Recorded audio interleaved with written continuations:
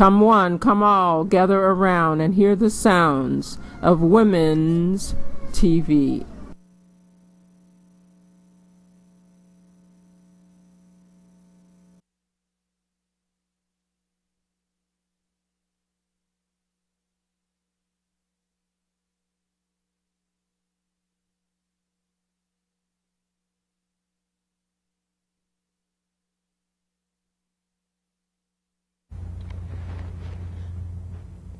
Good day, everyone. We're so excited to be here on the scene of Women's TV. I'm particularly excited today because I have the fabulous Miss Tashi. I know you have been asking me questions about what is Women's TV and how was it birthed in your spirit. And so I decided that I would be interviewed today by the lovely actress, Miss Tashi Thomas, who will interview me. And I hope that I will answer all of the questions about Women's TV for you. And take it away, Tashi. Thank you so much for that fabulous intro. You're awesome. I am so honored and so privileged to be here. You are an inspiration to me. Oh, thank and you. I cannot wait to share more about you. So, Miss Dr. Gloria Nixon-Pone, you have a list of accomplishments that baffles me. It blows my mind. You are educated at Pace University. You started out in banking. You were on the board of directors for the Urban Bankers Coalition. And then you grew to be the vice president of Chase Manhattan Bank. And then you shifted into real estate and you founded Gloria's New Homes. You owned the building that housed battered women. I mean, it goes on and on and on. And then you shifted to Women's TV. Can you just give us a brief overview about Women's TV? Well, Tashi, I'm so glad you asked me that question. I have always been interested in women.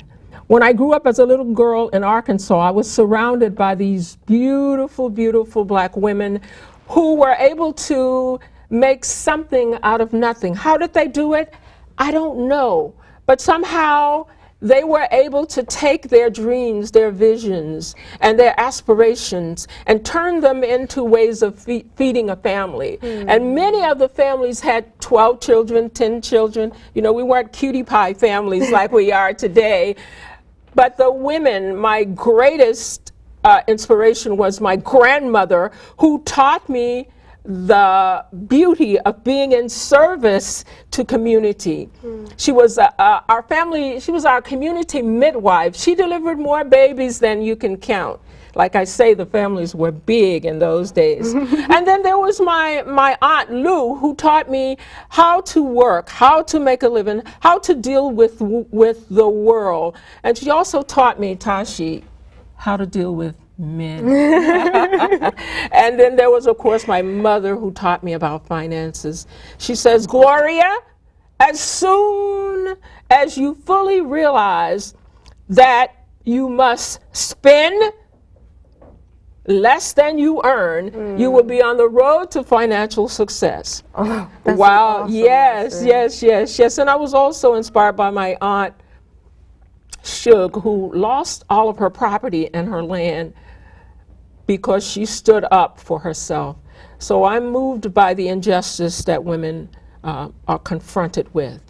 So like I say, Tashi, that was a great question. Yeah, no, that's wonderful. So you are surrounded by these inspiring women, and of course you would found Women's TV. Can you just tell us the when, the where, the how, the why that Women's TV got started?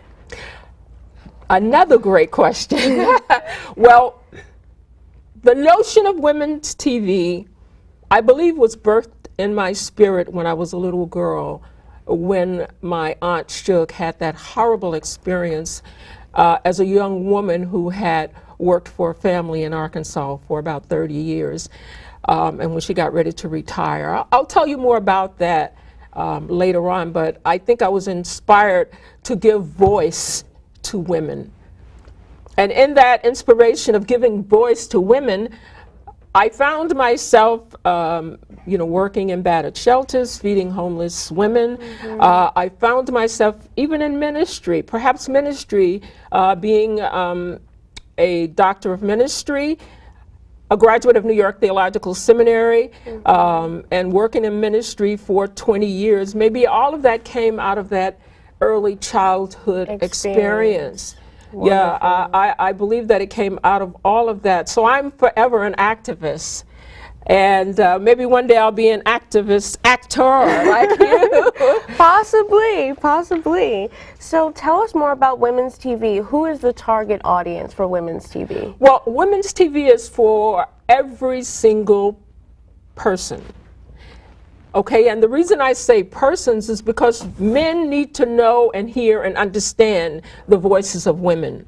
They need to know when they say what they say, they mean what they say, as opposed to some elaborate interpretation. So it's for everybody, but more specifically, it's for the seniors, the senior woman who who's going into retirement. It's for the young girl who is not yet found herself.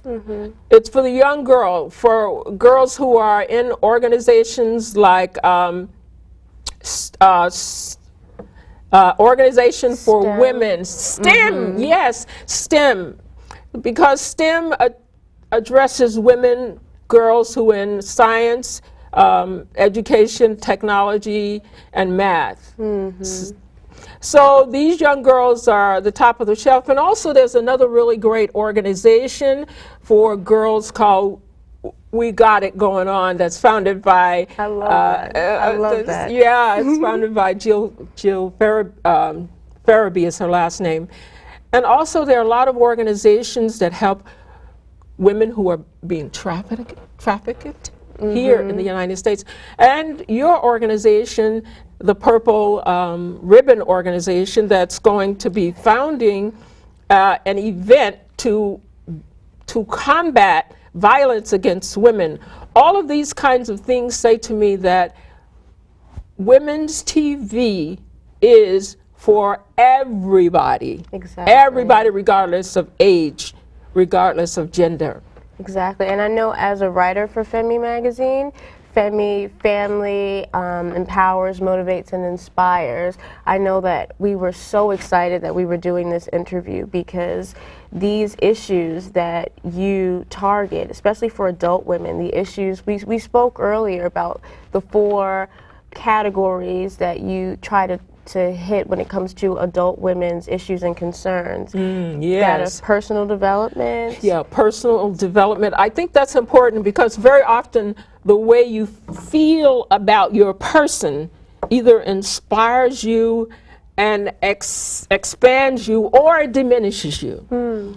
So if you can get into the personal development piece and really look at where you want to go and what you want to do. The last show we had a woman on, Linda Tagliaferro, who actually reinvented herself and went out and wrote 40 books, and then she'd been told all her life that she couldn't sing. So at the age of 40, she took a singing lesson, and only to find out she had perfect pitch. Wow. And now she is in the opera. So we are so capable of developing ourselves in many ways. And the second part of the personal development, after personal development, we have the physical, emotional, and mental well-being, as well as the medical well-being. So we have these areas that we're looking at specifically, and the last of which is financial stability. And you'll hear a little bit more about that. That's a big one. The financial stability, because a lot of women, I have something called 7 Keys to Financial Success. And in the 7 Keys of Financial Success, I talk about how we as women who have somehow become the major breadwinners are now compelled to do more, to be more than ever before. Right. That is so inspiring, especially as a young woman today. I know growing up that financial security is a really big issue, especially facing in this world where we're not paid equally and those things. And you hear, it's funny because growing up you hear these things, but it's a different experience when you're in the real world. And so I'm so Yes. glad that you're doing this. Yes. And so I ask you, why now? Why specifically now in 2013? Why are you doing women's TV? Women's TV is an idea whose time has come. There's a lot being done, and a lot of women are speaking out, but many women live in a world of shame, and they don't want to say when they're being hurt or abused, or when they're not receiving correct salaries for the work that they do. And as a woman in ministry, there's something called the Civil Rights Act of 1964, and it was expanded in the early 70s, and that law says that women do not have to be hired by a church Wow. to preach in the pulpit or even to work in the bookstores. Wow. And so the question is this: if we both go to seminary and I'll be the guy and you be the girl. Well, I would like to be the guy because I would get paid more money. So let me make Well, you be the guy, okay? I'll be the guy. I'm in a generous mood today. So now, if we both go to seminary and I pay $625 a credit, and I struggle through 4 years of seminary, and you pay, and young man, you pay the same amount of money, $625 a credit, and you come out, you will be embraced in a society where you're just welcomed, and you will be given a very good position. On the other hand, a woman may be asked to teach Sunday school, or she may even be asked not to preach. There are places in Nassau County where I live where women are not allowed to enter the pulpit area for any reason, and they definitely cannot preach from the pulpit. And this has been going on forever, and it's not illegal. Yeah, right. And it sounds like a miscarriage or misinterpretation of the Constitution, but in researching it, I found out that it is legal, and that may be something we'll have to address further. Right. It's amazing to me that these things could happen in the year 2013. You would think that that's of a time in the past, in the 60s or the 70s, we would understand that, but I think I agree with you. It is important that we raise awareness for these issues now. Yes, so now is the time. I have some facts here. A recent Move On petition, which was sponsored by Representative Keith Ellison, started, it addresses the issue of family income, and in it he says, as of right now, in 2013, 40% of Americans make less than the minimum wage from 1968. And on top of that, while working Americans have spent the last 30 years working more and earning less, the wealthiest have watched their share of the total income pie grow by 275%. That's an awesome statistic. Awesome and terrifying, right? Yes. So in lieu of this fact, is it possible for women to attain financial freedom? First, I would like to acknowledge the facts as you've stated them. They are horrendous. And the move-in petition, I think to date, has been signed by about 3 million persons. And I also understand that this is not new. You know, we hear about these things and we ignore them. But the truth of the matter is, now is the time for us to step up. As women, we must coalesce. You know, we must stop the fighting against each other and come together. Because it's only when we come together that the world will change. You know, there was a time when everybody carried a gun, particularly in Texas, and the women got together and said, you cannot carry the gun around my children. Oh, wow. And guess what? Even though those days may be coming back now, I believe that it had an impact. So when women come together, something extraordinary happens. And as far as the minimum wage, I feel that we have to step up. I feel that women are extraordinarily spiritual. And inside of each and every one of us, there is a spirit that guides us, that guards us, and that protects us. And it also will give you ways of becoming perhaps an entrepreneur, or ways of managing, or ways of landing that job by just going within, perhaps meditating every day, or perhaps just being clear about what it is you want to accomplish. So if you can be clear and you can set your goals, I believe that you can accomplish. Now, I'm reminded of my mother, who in Arkansas came to the conclusion that she had to earn more money. And so she said she prayed about it. And she said that the Holy Spirit, I'm going like, whoa, booga booga, Holy Spirit woke her up and told her to make lunches for the children at our local school because there was no cafeteria. Right. And so her question to the Holy Spirit, now can you imagine my mom, an Arkansas girl, talking to the Holy Spirit as if it was her best friend, she inquired of the Holy Spirit, saying, how can I make enough money to send my children to a better school? By selling lunches to children who have no money. Right. So she said, without a beat, the Holy Spirit said to her, sell the lunches to the children who have money, give the children lunches who don't have children, and I will have money. Who don't have money. Right, thank you. Hopefully they don't have children. Hopefully. And so she did that. She gave the lunches to children who had no money.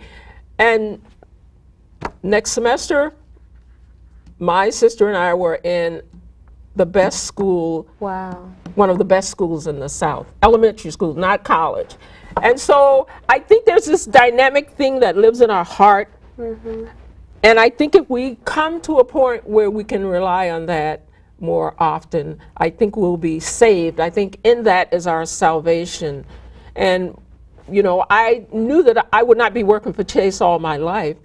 And I said, when I get a certain age, I'm going to retire. And I ran into a guy who was saying to me all of the elements of investing in real estate. And I said, well, that doesn't make sense, sort of like my mom was saying. I don't understand this.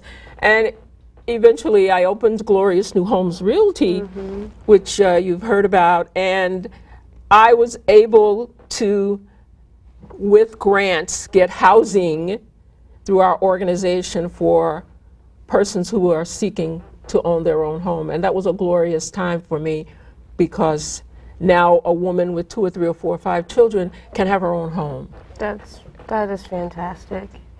I want to go into your doctoral thesis. I would really like to go into the keys to financial freedom.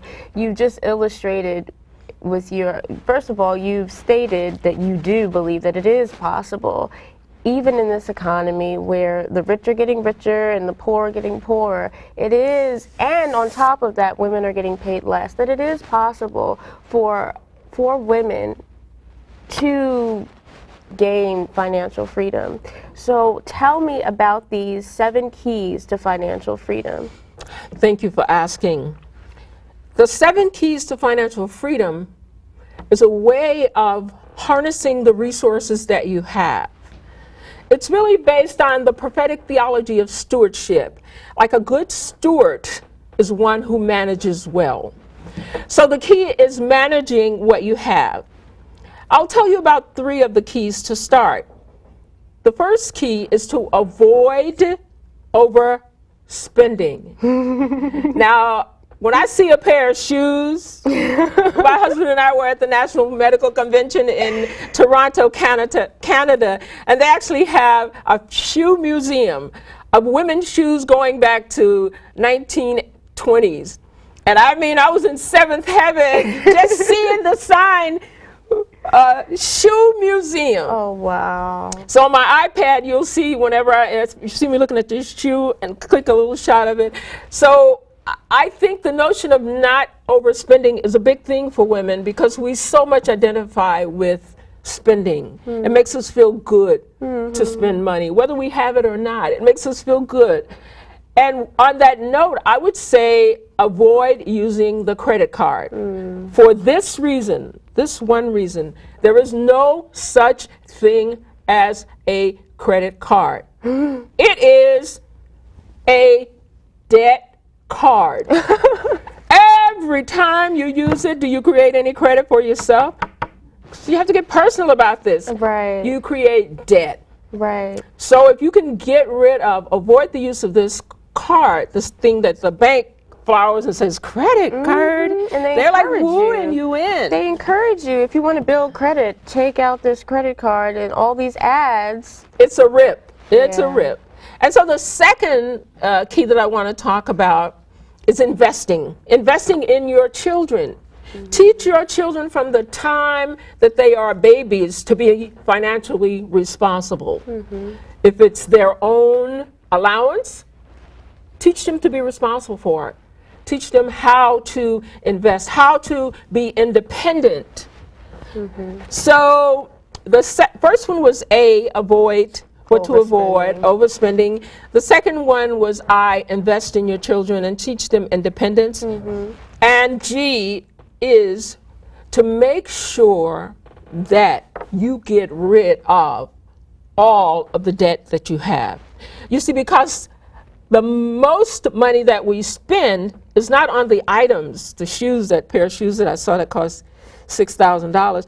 But if I had gotten it on credit, I would be paying 7, 8, 9, 10% interest, and in a couple of years, the shoes would be worn out and thrown out, and I would still be paying on them. Right. So avoid debt. Right. Avoid debt. That is so important. So if a person would take on those keys, and if they would just do the three of them. Now, we talk about all of them on our site, poneinspirations.com, but the main thing is to start today. Start today. And when we start today, we can go and do and have for ourselves and for our children. That's amazing. You are an inspiration to me, and I want to thank you, especially on behalf of Femi Magazine. You know, we always try to feature people in the community, people in the local community who are inspiring like you are. And I think something that you might be interested in is our Purple Ribbon Affair on September 28th in Valley Stream. We are raising money for survivors of domestic violence, and I believe that I'm sorry. it's no, it's fine.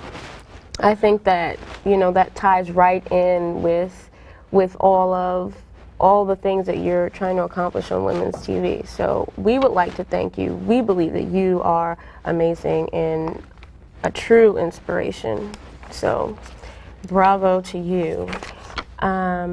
Is there any parting words that you would like to leave us with? We're all interested in Women's TV. We're going to Pone Inspirations.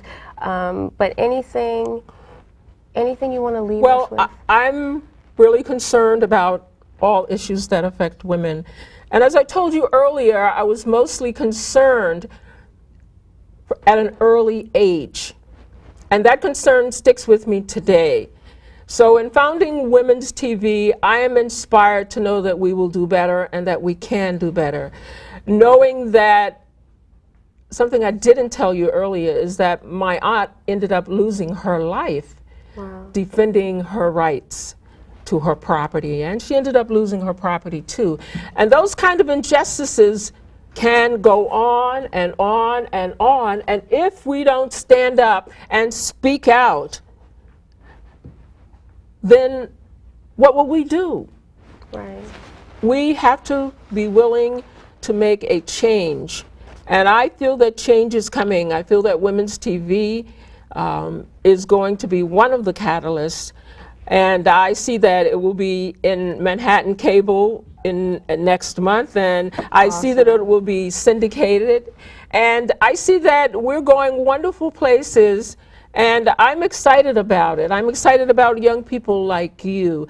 I'm excited about young people like Shimei, who is a very good friend of mine, 10 years old. And I believe that the future is in our hands. I believe that we must give birth to it. We must give birth to it with joy and commitment.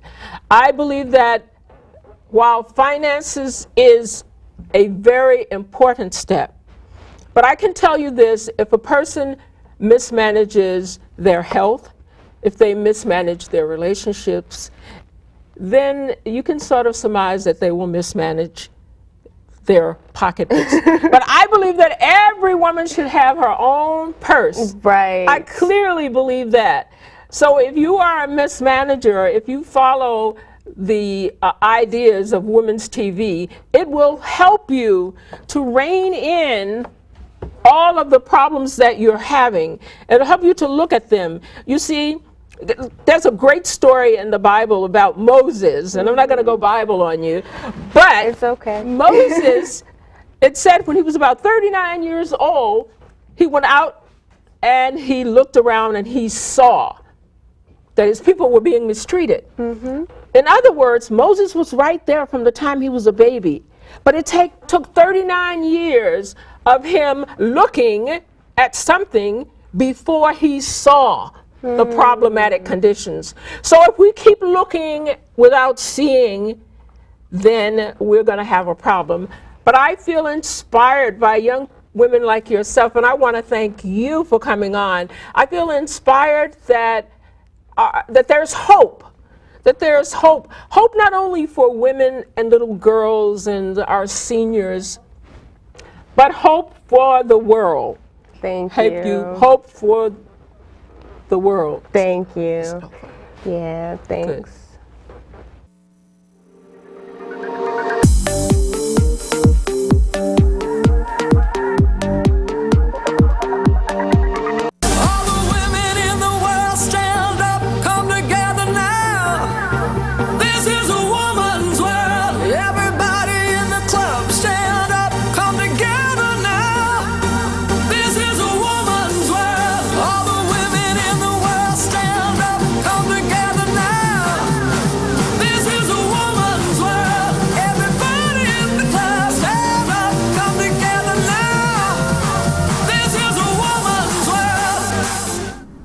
Come one, come all, gather around and hear the sounds of Women's TV.